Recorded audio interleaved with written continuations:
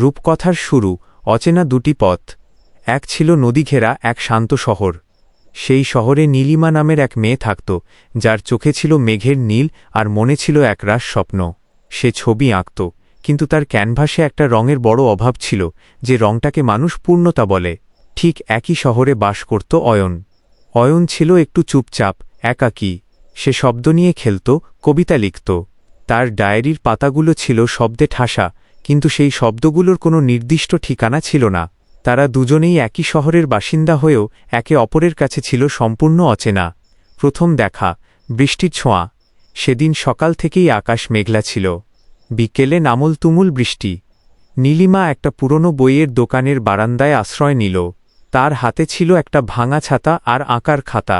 ঠিক তখনই এক ছুটে এসে সেই একই বারান্দায় দাঁড়াল অয়ন। অয়নের কাঁধে ছিল একটা ভেজা ব্যাগ। দুজনের চোখাচোখি হল। বাতাসে তখন ভেজা মাটির সোঁদা গন্ধ। নীলিমা আলতো করে হাসল, আর অয়ন যেন তার জীবনের সবচেয়ে সুন্দর কবিতার প্রথম লাইনটি খুঁজে পেল। বৃষ্টি থামল না, কিন্তু তাদের ভেতরের নীরবতা ভেঙে গেল। অয়ন ভাঙা গলায় জিজ্ঞেস করল, আপনিও কি বৃষ্টি ভালোবাসেন? নীলিমা খাতার পাতা উল্টে একটা সদ্য আঁকা বৃষ্টির ছবি দেখিয়ে বলল, আমি বৃষ্টিকে ধরে রাখতে ভালোবাসি। সম্পর্কের বুনন। যখন দুটি মন এক হল, সেই বৃষ্টির বিকেলটা তাদের জীবনের মোড় ঘুরিয়ে দিল। এরপর থেকে প্রায়ই তাদের দেখা হতে লাগল সেই বইয়ের দোকানে, কখনো বা নদীর ধারের কফি শপে। নীলিমার ক্যানভাসে ধীরে ধীরে অয়নের প্রিয় রঙগুলো জায়গা করে নিতে লাগল, আর অয়নের কবিতার প্রতিটি ছত্রে নীলিমার হাসির শব্দও প্রতিধ্বনিত হতে লাগল। তারা বুঝতে পারল, ভালোবাসা মানে শুধু পাশাপাশি হাঁটা নয়।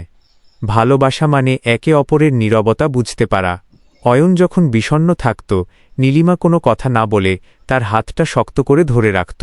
আর নীলিমা যখন তার লক্ষ্য নিয়ে দ্বিধায় ভুগত, অয়ন তার শব্দের জাদুতে নীলিমাকে বিশ্বাস করাত যে সে অনন্য। ভালোবাসা হল এমন এক অদৃশ্য সেতু, যা দুটি ভিন্ন সত্তাকে এক করে দেয়, যেখানে দূরত্ব মুছে যায় আর থেকে যায় কেবল দুটি হৃদয়ের স্পন্দন। রূপকথার পরীক্ষা, ঝড়ের দিন। সব রূপকথাতেই একটা বাধা আসে, আর সেই বাধাই ভালোবাসাকে আরও খাঁটি করে তোলে। নীলিমার পরিবার তার জন্য এক বড় ব্যবসায়ী পাত্র ঠিক করল। পারিবারিক চাপ আর সামাজিক রীতিনীতির সামনে নীলিমা নিজেকে খুব অসহায় আবিষ্কার করল। সেদিন রাতে নদীর পাড়ে দাঁড়িয়ে নীলিমা কাঁদছিল। সে অয়নকে বলল, তারা চিহ্ন, সম্ভবত আমাদের এই রূপকথা এখানেই শেষ। আমি পারছি না। অয়ন নীলিমার চোখের জল মুছে দিয়ে বলল, তারা চিহ্ন, রূপকথা কখনো মাঝপথে শেষ হয় না নীলু। যদি আমরা একে অপরকে সত্যি ভালোবেসে থাকি, তবে এই ঝড় আমাদের আলাদা করতে পারবে না। আমি তোমার হাত ছাড়ব না, যদি তুমি আমার ওপর ভরসা রাখো। অয়ন পালিয়ে যাওয়ার সহজ পথ বেছে নেয়নি। সে সরাসরি নীলিমার বাবার মুখোমুখি দাঁড়িয়েছিল। তার পকেটে কোটি টাকা ছিল না, কিন্তু তার চোখে ছিল নীলিমাকে সারাজীবন আগলে রাখার এক বুক, সততা আর আত্মবিশ্বাস। সে নীলিমার বাবাকে বলেছিল, আমি হয়তো ওকে রাজপ্রাসাদ দিতে পারব না, কিন্তু ওর মুখে কখনো হাসির কমতি হতে দেব না। অয়নের সেই দৃঢ়তা আর নীলিমার অবিচল ভালোবাসা দেখে নীলিমার পরিবার শেষ পর্যন্ত নতি স্বীকার করতে বাধ্য হল। রূপকথার সমাপ্তি, এক নতুন সকাল। বসন্তের এক রঙিন সন্ধ্যায় চার হাত এক হল। কোনো জাঁকজমকপূর্ণ রাজকীয় আয়োজন ছিল না, কিন্তু সেখানে উপস্থিত ছিল দুটো মনের অপার্থিব আনন্দ আর ভালোবাসা। আজ নীলিমার ক্যানভাস সম্পূর্ণ, কারণ সেখানে অয়নের ভালোবাসার রং মিশে গেছে।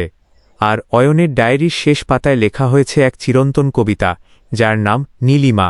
তারা কোনো রাজপ্রাসাদে থাকে না, একটা ছোট্ট ছিমছাম বাড়িতে থাকে, কিন্তু সেই বাড়ির দেওয়ালে দেওয়ালে জড়িয়ে থাকে সুখ, অনুভূতির ছোঁয়া আর এক রূপকথার গল্প, যা প্রতিদিন নতুন করে লেখা হয়। তারা কেবল একসাথে রাজত্ব করেনি, তারা একে অপরের মনের রাজা রানী হয়ে আজীবন বেঁচে রইল। আর এভাবেই পূর্ণতা পেল এক সাধারণ মানুষের অসাধারণ ভালোবাসার রূপকথা।